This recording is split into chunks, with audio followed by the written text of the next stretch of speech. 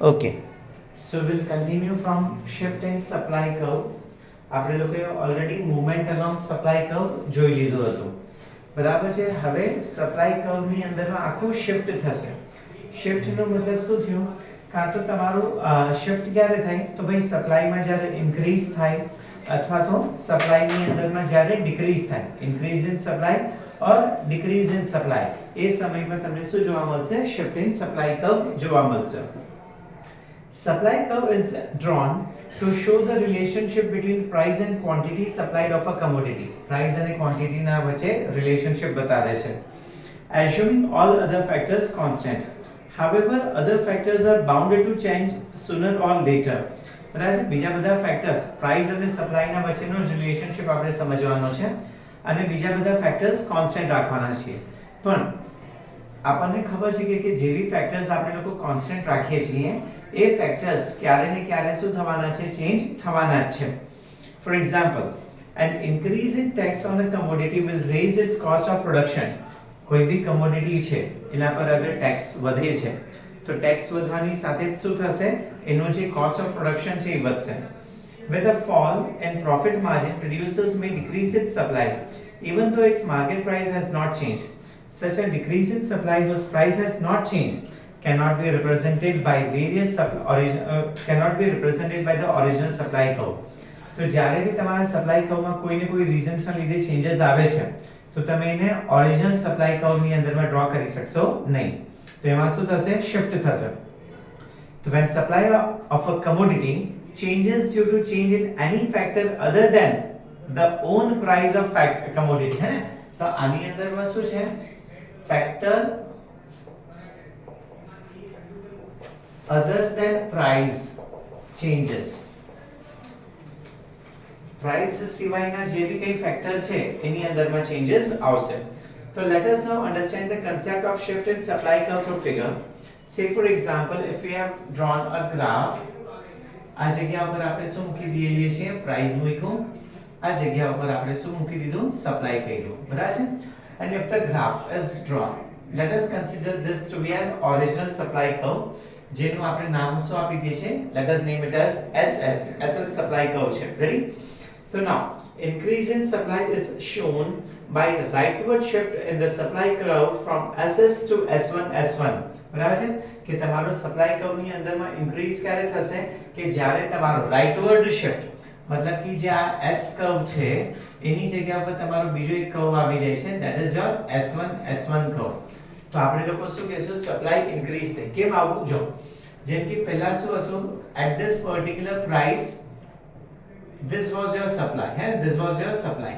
હવે એ જ પ્રાઇસ પર તમારો સપ્લાય ક્યાં છે? અહીંયા છે. this particular point is your new supply. मतलब कि આને શું કહેશું? રાઇટવર્ડ શિફ્ટ. તો આ રાઇટવર્ડ શિફ્ટ ક્યારે થાય?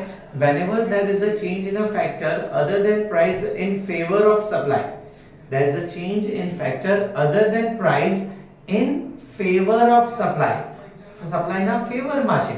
તો જ્યારે supply ના favor માં છે ત્યારે શું થશે? supply increase થશે. supply increase થઈ તો એને આપણે લોકો શું કહેશું? it would be a rightward shift. In the same way, whenever the other factors are changing but these changes are not in a favor of supply, supply ના favor માં નથી, તો એ સમય પર સપ્લાય કર્વની અંદરમાં શું થશે? લેફ્ટવર્ડ શિફ્ટ થશે. કેવું શિફ્ટ થશે? લેફ્ટવર્ડ શિફ્ટ થશે. તો let us consider this to be a leftward shift. તો સેમ પોઈન્ટ પર, સેમ પ્રાઇસ પર તમે જોઈ શકો છો સપ્લાય શું થઈ ગઈ છે? ડિક્રીઝ થઈ ગઈ છે. let us call this supply curve as S2. So decrease in supply is shown by leftward shift in the supply curve from SS to S2. Supply falls from OQ to OQ2. supply છે, બરાબર છે? Initially શું થયું હતું? Suppose કરો કે OQ છે તો આ કેસની અંદરમાં ઇન્ક્રીઝ થઈ from OQ to OQ1 અને જ્યારે ડિક્રીઝ થાય છે ત્યારે OQ થી ડિક્રીઝ કેટલી થઈ ગઈ છે? OQ2. In figure, supply is OQ at a price of OP. જ્યારે price OP છે ત્યારે supply કેટલી છે? OQ. Change in other factors lead to a rightward or leftward shift. જે આપણે લોકો ઓલરેડી જોઈ લીધું. rightward shift ની અંદરમાં શું થયું?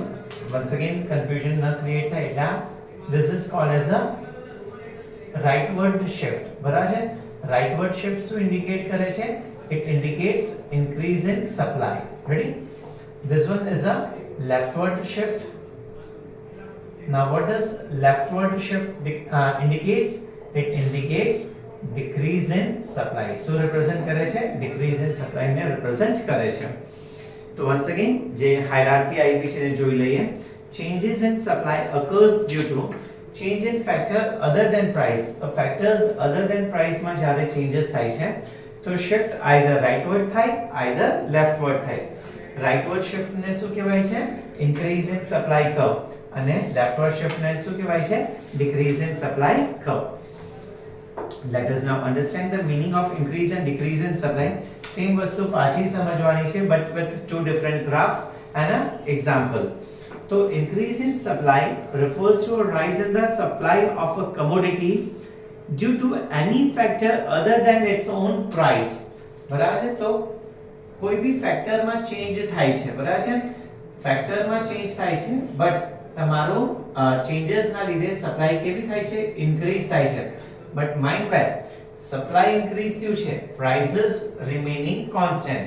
તો prices constant છે તો એક supply schedule જો price 2020 છે અને supply છે જ્યારે 20 છે ત્યારે 100 છે અને પાછી 20 છે ત્યારે supply શું થઈ ગઈ છે? ઇન્ક્રીઝ થઈને 150 થઈ છે.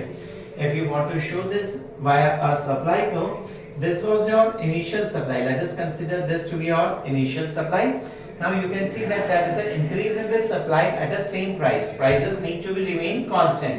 And the factors other than price is changing in favor of supply. Price સિવાયના જે બી કંઈ ફેક્ટર છે એનામાં ચેન્જીસ આવે છે અને એ ચેન્જીસ કેવા છે? In favor of supply છે. તો favor of supply માં છે એટલા માટે શું થશે? It would be your rightward shift. Clear? In the same way leftward shift ની વાત કરીએ और डिक्रीज इन सप्लाई ની વાત કરીએ तो once again there would be change in the factors other than price such that they are not in a favor of a supply. If they are not in a favor of supply, that means your supply would get decreased. So let us take an example. When the price remaining constant, let us consider when there is a price is 20, supply is 100. Once again the price being constant, there is a changes in the factor, the supply is decreasing to 70. તો આ જ વસ્તુને જ્યારે graphically આપણે represent કરવું છે તો here it is an original supply curve. હવે શું થશે? લેફ્ટવર્ડ શિફ્ટ થયો. હા, સપોઝ કરો આને નામ આપી દીધું આપણે S1 S1. once again પાછું બતાવું છું જેમ કે આ પ્રાઇસ અહીંયા 20 છે તો ઇનિશિયલી સપ્લાય કેટલી હતી? 100. પછી પ્રાઇસ 20 છે પણ સપ્લાય ડિક્રીઝ થઈને કેટલી થઈ ગઈ છે? 70. and the factors are changing but this change is not in a favor of supply, hence there is a decrease in a supply. Okay, તો આપણે બંને વસ્તુ જોઈ, movement along supply curve versus shift in supply curve. movement along માં આપણે લોકોએ જોયું તો શું જોયું હતું? movement along supply curve. જેમ કે તમારી આ supply curve છે તો અહીંયાથી કાં તો ઉપરની તરફ ગયો કાં તો નીચેની તરફ, જેને આપણે લોકો શું કહેતા હતા? expansion of supply. અને અહીંયા શું થતું હતું? contraction of supply. આવું ક્યારે થાય છોકરાઓ? when other factors remaining constant and there is a change in a price. So meaning when the quantity supplied changes due to the change in price, price માં changes થયા છે, keeping other factors constant, તો એમાં શું થાય? movement. shift ક્યારે થાય? when the supply changes due to a change in any factor other than the price. price સિવાયના કોઈ બી ફેક્ટર માં changes થાય છે તો એને શું કહેશું આપણે? shift. effect ની વાત કરીએ, the movement along the same supply curve, that is either upward or downward. This is your upward, this one is your downward. Upward is known as an expansion of supply, downward is known as a contraction of supply. The shift in the supply curve is either rightward or leftward. Here we have seen rightward and the leftward shift. Reason, it occurs due to increase or decrease in the price of a given commodity. When you would see this graph, whenever there is a change in the price માં changes હશે ત્યારે. આવો graph ક્યારે જોવા મળે? when there is a change in other factor than the price. price constant છે, બીજા બધા factors માં changes છે. next છે તમારું change in quantity supplied versus change in supply. it is same. બરાબર છે? આ તમારું change in quantity supplied વાળું છે અને આ તમારું શું છે? change in supply છે. એટલે એ જાતે જ વાંચવાનું છે. સેમ વસ્તુ expansion in supply versus increase in supply definitions બધામાં સેમ છે, એના અલગ અલગ નામ છે. Contraction versus decrease. See this is contraction, આ કોન્ટ્રેક્શન છે અને આ શું છે? ડિક્રીઝ છે. એને જોઈ લઈએ આપણે. Contraction in supply versus decrease in supply, meaning when the quantity supplied falls due to decrease in the price. Quantity supply decrease થાય છે કોના લીધે? price decrease થવાના લીધે, તો એને કહેવાય contraction in supply. જ્યારે supply decrease થાય છે, prices constant છે but other factors are not in the favor, તો એ સમય પર આપણે શું કહેશું? એને decrease in supply. tabular presentation જો contraction in supply માં price change થાય છે, price 12 to 13 થયું, supply 150 to 100 થઈ. but decrease in supply માં price કેવું છે તમારું? constant જ છે અને supply decrease થઈ છે. effect શું છે? આની અંદરમાં downward movement થાય અને આની અંદરમાં શું થાય? leftward shift થાય. reason it occurs due to decrease in the price. આમાં price decrease થયું છે, આની અંદરમાં factors other than price are not in a favor of a supply, ત્યારે તમને આવી જોવા મળે છે. clear? તો આ ચારે ચાર ડિફરન્સીસ ઇમ્પોર્ટન્ટ છે. Next, effect on supply curve due to changes in other factors. બીજા કોઈ ફેક્ટર્સમાં ચેન્જીસ ના લીધે. એટલે વન્સ અગેન આ જ વસ્તુ આપણે લોકોએ રિપીટેડલી ભણવાની છે. As discussed above, before the supply curve of a commodity shifts due to change in any other factors which were assumed constant under the law of supply. law of supply માં જે બી factors constant હતા એનામાં changes થાય. એનામાં changes થાય એટલે શું થાય? સપ્લાય કર્વ માં આઈધર તમને રાઇટવર્ડ અથવા તો લેફ્ટવર્ડ શિફ્ટ જોવા મળે છે. તો સૌથી પહેલા જોઈએ આપણે changes in price of other goods. જેટલા બી ફેક્ટર્સ છે ને એને વન બાય વન બધા ફેક્ટર્સ આપણે લોકો જોશું. તો સૌથી પહેલો ફેક્ટર છે change in price of other goods. ધ્યાનથી સમજજો, તમારા ગ્રાફ બધા કેસની અંદરમાં સેમ ટાઈપના જ થવાના છે. તો the quantity supplied of the price of the given commodity depends not only on its price but also on the prices of other good. જે વસ્તુની સપ્લાય થાય છે એ એના પ્રાઇસ પર તો ડિપેન્ડ કરે જ છે, પણ સાથે સાથે જે કોમ્પિટિટિવ પ્રોડક્ટ છે એના જેવા જ દેખાતા પ્રોડક્ટ છે એની પ્રાઇસ પર બી ડિપેન્ડ કરે છે.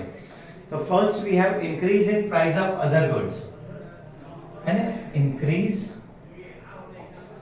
in price of other good. બીજા goods ની price શું થઈ છે? વધી છે. તો શું થશે? When prices of other goods rise, then production of such other goods becomes more profitable in comparison to the given commodity. As a result, supply falls from OQ to OQ1 at the same price of OP. So જેમ કે suppose કરો કે increase in price of other goods છે. જેમ આને કેવી રીતે સમજીએ? Let us consider a company is manufacturing thumbs up and coca cola. thumbs up भी manufacture કરે છે અને coca cola भी manufacture કરે છે. both are sold at a same price. currently both are sold at a same price. આપણે example ના હિસાબે. now there is an increase in the price of a thumbs up. thumbs up ની price છે એ વધી ગઈ 20 રૂપિયાથી લઈને 40 રૂપિયા થઈ ગઈ છે. કોની પ્રાઇસ વધી ગઈ છે? thumbs up ની. so what the હવે આપણે કોના અકોર્ડિંગ માં ભણવાનું છે? we need to study in opinion in point of view of the supplier.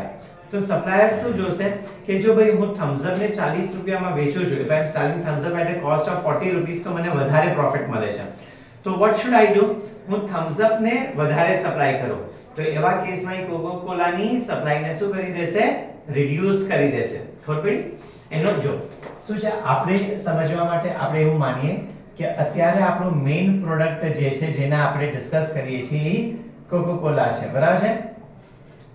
અને જે સેકન્ડરી પ્રોડક્ટ છે એ આપણું શું છે? થમ્સ અપ છે.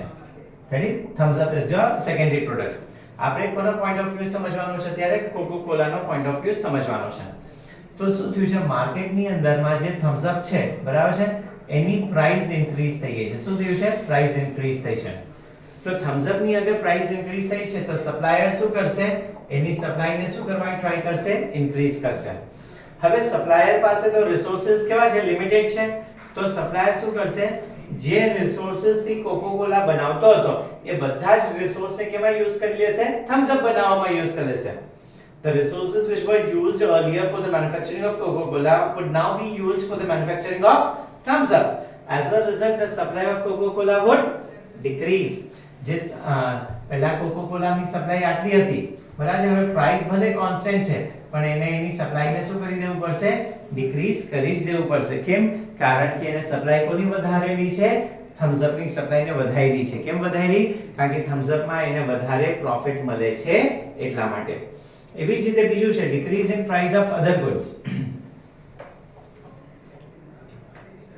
decrease in price of other goods. તો આને આવી રીતે સમજો, પ્લીઝ ધ્યાન રાખજો. સી વન્સ અગેન આપણું મેઇન પ્રોડક્ટ શું છે? કોકોકોલા છે. સેકન્ડરી પ્રોડક્ટ આપણું શું છે? થમ્સ અપ છે. લેટ અસ કન્સિડર કે જે થમ્સ અપ છે એની જે પ્રાઇસ છે એ ડિક્રીઝ થઈ. પ્રાઇસ ડિક્રીઝ થઈ તો સપ્લાયર શું કરશે? એની સપ્લાયને ડિક્રીઝ કરી દેશે. પ્રાઇસ ડિક્રીઝ થઈ છે તો સપ્લાયર શું વિચારશે કે આને વધારે મેન્યુફેક્ચર કરીને મને ફાયદો થવાનો નથી. It won't be giving me much profit. તો એ શું કરી દેશે? એની સપ્લાયને ડિક્રીઝ કરાવશે. તો સપ્લાયર જે બી આની સપ્લાયને ડિક્રીઝ કરાવવા જશે તો આજે થમ્સ અપ નો રિસોર્સ હતો એ રિસોર્સ કેમાં યુઝ થઈ જશે? કોકોકોલા બનાવવામાં યુઝ થઈ જશે. એઝ અ રિઝલ્ટ કોકોકોલાની જે સપ્લાય છે એ પહેલા કેટલી હતી? આટલી હતી અહીંયા. એ હવે આ જ પ્રાઇસ પર શું થઈ જશે? ઇન્ક્રીઝ થઈ જશે. ખબર પડી? તો ફેક્ટર્સ બીજા બી ઇમ્પોર્ટન્ટ હોય છે. Am I clear with this thing? Second છે change in price of factor of production. તો બધાની અંદરમાં આવી રીતે જ આપણે લોકો સમજશું. ધ્યાન રાખજો. Change in price of factor of production. First છે increase in price of factor of production. Factor of production શું છે? તમારું લેન્ડ, લેબર, કેપિટલ ને એન્ટરપ્રેન્યોર. બરાબર છે? તો શું છે? increase in price of factor of production. જે ફેક્ટર ઓફ પ્રોડક્શન છે બરાબર છે એની પ્રાઇસમાં શું થયું છે? ઇન્ક્રીઝ થયું છે. હવે પ્રાઇસ ઇન્ક્રીઝ થયું છે તો મતલબ કે મેન્યુફેક્ચરર ને કોસ્ટ કેવો થઈ ગયો? વધી ગયો. પ્રોફિટ એનો એમાં કેવા થઈ જશે? ઓછું. જે વસ્તુ 10 રૂપિયામાં બનતી હતી અને એ 15 રૂપિયામાં વેચતો હતો, હવે એ જ વસ્તુ 12 રૂપિયામાં બને છે અને 15 રૂપિયામાં વેચવી પડે તો એનો પ્રોફિટ કેવો થઈ જાય? ઓછો. તો એવા કેસની અંદરમાં સપ્લાયર શું કરશે? જે પર્ટિક્યુલર આ સપ્લાય કર્વ હતો બરાબર છે એ હવે શું કરે છે? ફેક્ટર ઓફ પ્રોડક્શન નો કોસ્ટ મતલબ કે એનો જે કોસ્ટ ઓફ પ્રોડક્શન વધી ગયો છે તો એઝ અ રિઝલ્ટ એનો પ્રોફિટ ઘટ્યું છે તો એ શું કરી દેશે? પોતાની સપ્લાયને ડિક્રીઝ કરી દેશે. શું કરશે? પોતાની સપ્લાયને ડિક્રીઝ કરશે. કેમ? કારણ કે આમાં એને પ્રોફિટ વધારે મળતું નથી. તો જે સપ્લાય કર્વ છે એ શું થશે? લેફ્ટવર્ડ શિફ્ટ થઈ જશે. એવી જ રીતે નીચે જો decrease in prices of factor of production. આ તો બહુ સિમ્પલ છે. અગર prices of factor of production decrease થાય છે, શું છે? decrease in price of factor of production. જે factor of production છે એની price decrease થઈ તો સપ્લાયર જોશે કે આ બધી વસ્તુ મને કેમાં બને છે? સસ્તામાં બને છે. સસ્તામાં બને એટલે એને પ્રોફિટ કેવું થાય? વધી જાય. તો સપ્લાયર શું કરશે? એ જ પર્ટિક્યુલર પ્રાઇસ પર વધારે પડતું, પહેલા આટલું સપ્લાય કરતો હતો, હવે શું કરશે? વધારે પડતું સપ્લાય કરશે. શું રીઝન છે? કારણ કે આમાં એને પ્રોફિટ હવે વધારે મળે છે. એટલે કયું શિફ્ટ થશે? રાઇટવર્ડ શિફ્ટ થઈ જશે. ક્લિયર? નેક્સ્ટ છે change in the state of technology. Change in state of technology. હવે ટેકનોલોજી સારી થાય છે અને ખરાબ થાય છે બરાબર છે? તો સૌથી પહેલું છે એમાં અપગ્રેડેશન ઓફ ટેકનોલોજી. ટેકનોલોજી કેવી થઈ છે? અપગ્રેડ થઈ છે. ટેકનોલોજી કેવી થઈ? અપગ્રેડ થઈ. તો ટેકનોલોજી અગર અપગ્રેડ થાય છે તો મતલબ કે સેલરને શું થશે? વધારે પ્રોફિટ થશે. તો વન્સ અગેન એવા કેસની અંદરમાં બી સપ્લાયર શું કરશે? પોતાના જે સપ્લાય છે એને શું કરી દેશે? ઇન્ક્રીઝ કરી દેશે. પહેલા સપ્લાય આટલું હતું, હવે સપ્લાય કેટલું થઈ જશે? વધી જશે. કેમ? કારણ કે ટેકનોલોજી સારી થઈ ગઈ છે, ઓછા ખર્ચામાં વધારે વસ્તુ બની જાય છે એટલા માટે. નેક્સ્ટ છે degradation of technology. Degradation of technology. Now what is degradation of technology? મતલબ કે ટેકનોલોજી જૂની થઈ ગઈ છે, ટેકનોલોજી ઓબ્સોલેટ થઈ ગઈ છે. So in that case seller will find કે એમાં આને વધારે પ્રોફિટ મળતું નથી. અગર વધારે પ્રોફિટ નથી મળતું તો what supplier will do? Supplier શું કરી દેશે? એની સપ્લાયને ડિક્રીઝ કરી દેશે. હે ને? જ્યારે બી તમારું રાઇટવર્ડ શિફ્ટ થયું, અહીંયા આપણે લખ્યું જ છે રાઇટવર્ડ શિફ્ટ થયું એટલે ઇન્ક્રીઝ ઇન સપ્લાય. તો અહીંયા સપ્લાય વધી છે એટલે આ શું થયું? તમારું રાઇટવર્ડ શિફ્ટ થયું છે. અને જ્યારે બી તમારું લેફ્ટવર્ડ શિફ્ટ થયું છે તો મતલબ કે એ કેસની અંદરમાં એને શું કર્યું છે, સપ્લાયને ડિક્રીઝ કરી છે. Next, changes in taxation policy. Change in taxation policy, તો ટેક્सेस કાં તો વધે કાં તો ઘટે. તો સૌથી પહેલા શું છે, increase in ટેક્सेस.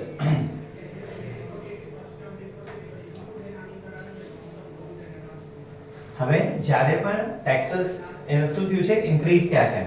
So whenever there is a increase in taxes, supplier will see કે પ્રાઇસ તો કોન્સ્ટન્ટ જ છે, પ્રાઇસમાં તો આપણે ચેન્જ નથી કરવાનું. સપ્લાયર જોશે કે ભાઈ ટેક્सेस વધી ગયા છે, આ જ પ્રાઇસ પર હું વેચીશ તો મને પ્રોફિટ કેવું થવાનું છે, ઓછું થવાનું છે. તો એક કામ કરીએ, આપણે આપણી સપ્લાયને શું કરી દઈએ, ડિક્રીઝ કરી દઈએ. તો જ્યારે બી ટેક્सेस ઇન્ક્રીઝ થયા છે તો પોતાની સપ્લાયને શું કરી દેશે, લેફ્ટવર્ડ શિફ્ટમાં લઈ જશે અને પોતાની સપ્લાયને શું કરી દેશે, ડિક્રીઝ કરાવશે. Contrary to that, whenever there is a decrease in taxes શું થયા, ઘટ્યા. ધ્યાન રાખજો, પ્રાઇसेस કોન્સ્ટન્ટ જ છે, પ્રાઇસમાં કોઈ ચેન્જ નથી કરવાનો. ટેક્सेस ઘટ્યું તો મતલબ કે જે વસ્તુ એ 10 રૂપિયામાં વેચતો હતો હવે કેમાં વેચશે, 8 રૂપિયામાં વેચશે. સસ્તું, હા, 10 રૂપિયામાં વેચ, એનું મેન્યુફેક્ચરિંગ ને બધું થતું હતું, બરાબર છે. હવે એનું મેન્યુફેક્ચરિંગ કોસ્ટ કેવો થઈ ગયો, ઘટી ગયો. કેમ? કારણ કે ટેક્सेस ઘટી ગયા. તો ઓબ્વિયસ વાત છે, એનો પ્રોફિટ શું થઈ જશે, વધી જશે. અગર એનું પ્રોફિટ વધી ગયું તો એ પોતાની સપ્લાયને શું કરી દેશે, ઇન્ક્રીઝ કરી દેશે. It would move towards the rightward side. તો આપણને નેક્સ્ટમાં શું આપ્યું છે, રાઇટવર્ડ અને લેફ્ટવર્ડ શિફ્ટ ક્યારે ક્યારે થશે એનું આપણને એક એક્ઝામ્પલ્સ આપી દીધા છે, જોઈ લ્યો. In addition to the mentioned factors, the supply curve of the given commodity also shifts due to other factors like change in goals, change in number of firms, etc. તો ગ્રાફિકલ રિવ્યુ જોઈ લઈએ. First graph તમે લોકો જોશો તો supply curve right તરફ ગયો છે, મતલબ કે સપ્લાય કર્વ શું થયું છે, ઇન્ક્રીઝ થઈ છે. કયા કયા કેસીસમાં સપ્લાય ઇન્ક્રીઝ થાય? First, decrease in price of other goods, આપણે જોયું છે હે, decrease in price of other goods છે, decrease in price of factor of production, advanced technology, favorable taxation policy, goal of sales maximization, increase in number of firms, expectation of fall in price in future, અને improvement in means and transport and communication. So આ બધા જ કેસની અંદરમાં શું થશે, તમારું supply curve towards right hand side જશે. Supply curve left hand side પર ક્યારે જાય, મતલબ કે સપ્લાય કર્વ ડિક્રીઝ, સપ્લાય ક્યારે ઓછી થાય? તો ફર્સ્ટ છે increase in price of other goods, એ આપણે લોકોએ જોયું, increase in price of other goods છે. પછી increase in price of factor of production છે. પછી degradation of technology છે, unfavorable taxation policy છે, બરાબર છે. goal of profit maximization, decrease in number of firms, expectation of rise in price in future, poor means of transport and communication. તો આ બધા જ કેસની અંદરમાં તમારું સપ્લાય કર્વ જે છે એ ક્યાં જશે, લેફ્ટ હેન્ડ સાઈડ. દિમાગમાં આટલું રાખો કે સપ્લાયરના ટર્મ્સમાં આપણે જ્યારે બી સપ્લાય ભણીએ છીએ તો this is in accordance with the supplier, or સપ્લાયરનો એમ શું છે, પ્રોફિટ. તમારે હંમેશા યાદ રાખવાનું કે કયા કેસમાં પ્રોફિટ થશે. અગર સપ્લાયરને પ્રોફિટ થાય છે તો supply curve right hand side પર જશે, રાઇટવર્ડ શિફ્ટ લેશે, બરાબર છે. અને જે કેસની અંદરમાં સપ્લાયરને લોસ થાય છે, બરાબર છે, કાં તો ફેવરેબલ વસ્તુઓ નથી, એ સમય પર એ સપ્લાયને શું કરી દેશે, ઓછી કરી દેશે. અને તમારો કર્વ કયા ડિરેક્શનમાં જશે, લેફ્ટ હેન્ડ સાઈડ, મતલબ કે લેફ્ટવર્ડ શિફ્ટ તમને લોકોને બતાવશે. રેડી? ચલો જોઈ લો આટલું.